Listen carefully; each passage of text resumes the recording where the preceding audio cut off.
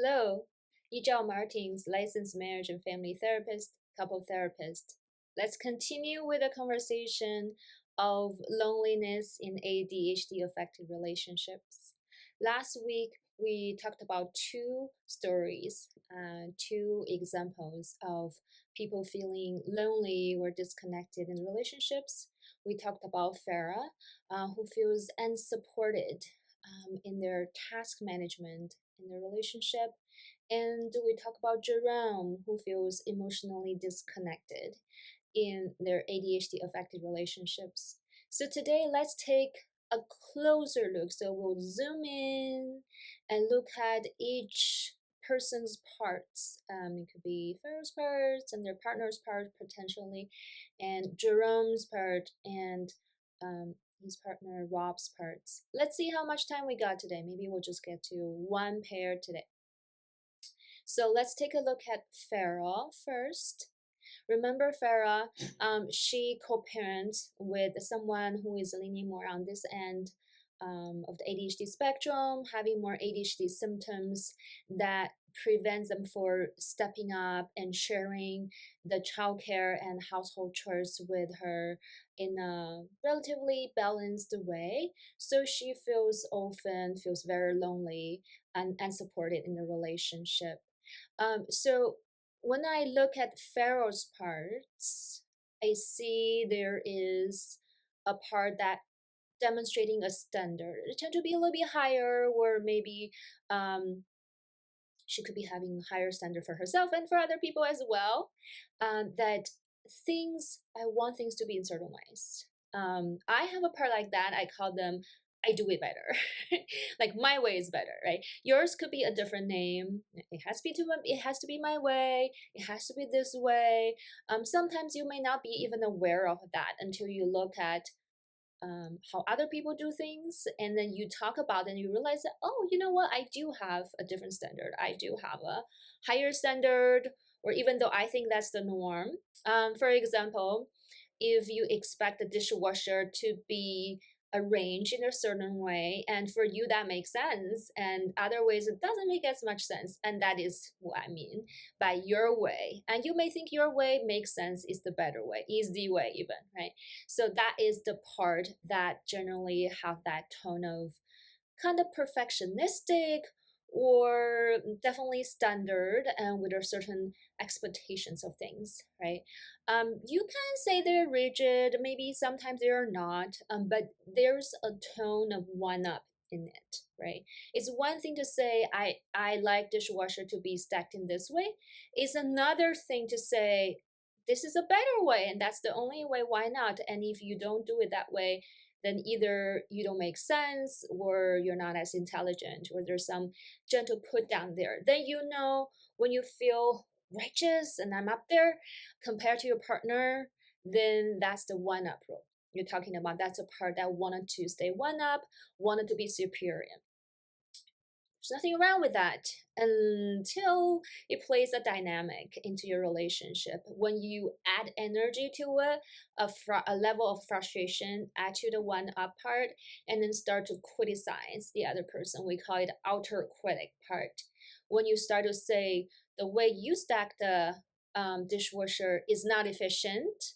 How come you always do it that way? You make a mess that I have to clean up after you. You notice there's a tone of criticism and blaming and putting down, right? And that's the one up part combined with externalizing the aggression, outer critic part together. So what happens when you continue to output your energy in this way, your frustration, your annoyance to your partner, that's not meeting your standard? Likely either they withdraw, you've triggered the part of them saying, oh, I'm not good enough, I'm never good enough, I'll never measure up, right? Sometimes people have a part that respond to that by withdrawing. The part saying, well, I don't do it well anyways, I don't meet your standard, I just will stop trying. Why try, right? And that's the given our part from their partner. What another times the partner may have a part want to push back, more like a teenager part saying, well, you can't make me, right? You can't make me do the way you want to do. They push back, they fight. So either way, your partner either run away or your partner fight your back, you don't get that connection and collaboration. As this dynamic goes on, the partner with the outer critic, the one up, may start to pick up the slacks more and more, do things their own way. But then that really eaten into their own personal time for relaxation and their own interest.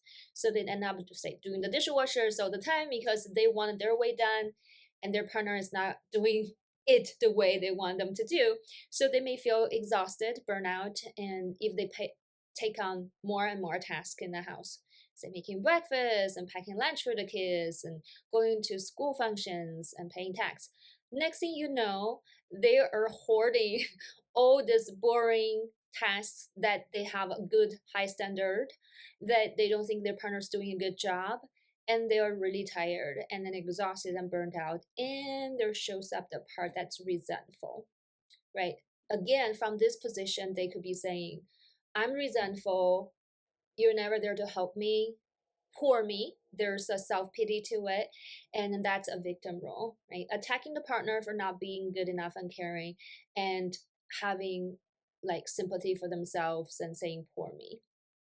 And there are also that more as they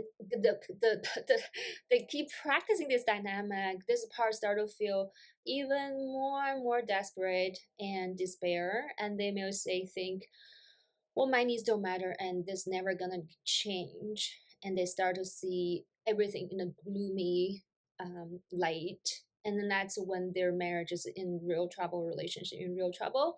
And a lot of time that's when the couple come to me, is when one person overfunction and exhaust themselves and burned out to the point that they barely have any energy to try, while the partner either are very frustrated and resentful as well, or they already withdraw and they're dead.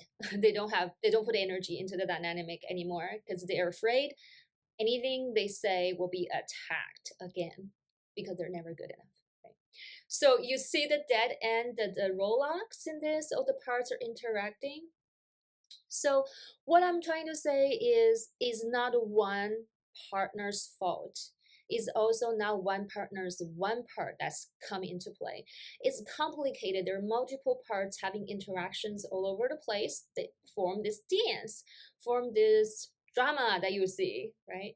And it's horrible to be in the drama where you don't feel aligned, you don't feel you can work towards your goal, you don't feel connection, that I assume most of you getting into relationship really want to have. And when they feel really stuck, they can't get out of it, and it feels awful, like hell. So that's unfortunately a lot of time when they come to me, the partners in ADHD affected relationships, and they expect me to fix their partner, their parts, and so their relationship will be thriving again. But I am not God, so all I can do is to help them to see the dynamic and each of their part they're playing there, and motivate them to make a shift, and heal their parts, embrace their part, and become more whole and grow, and so their relationship dynamic will shift automatically. It's easier said than done. Sometimes it takes a month or even years to move that, and sometimes partners come in too late and they don't have enough internal and external resources, and then their relationship dissolves. So next week we'll talk more about Jerome and Rob's dynamic and parts. See you next week.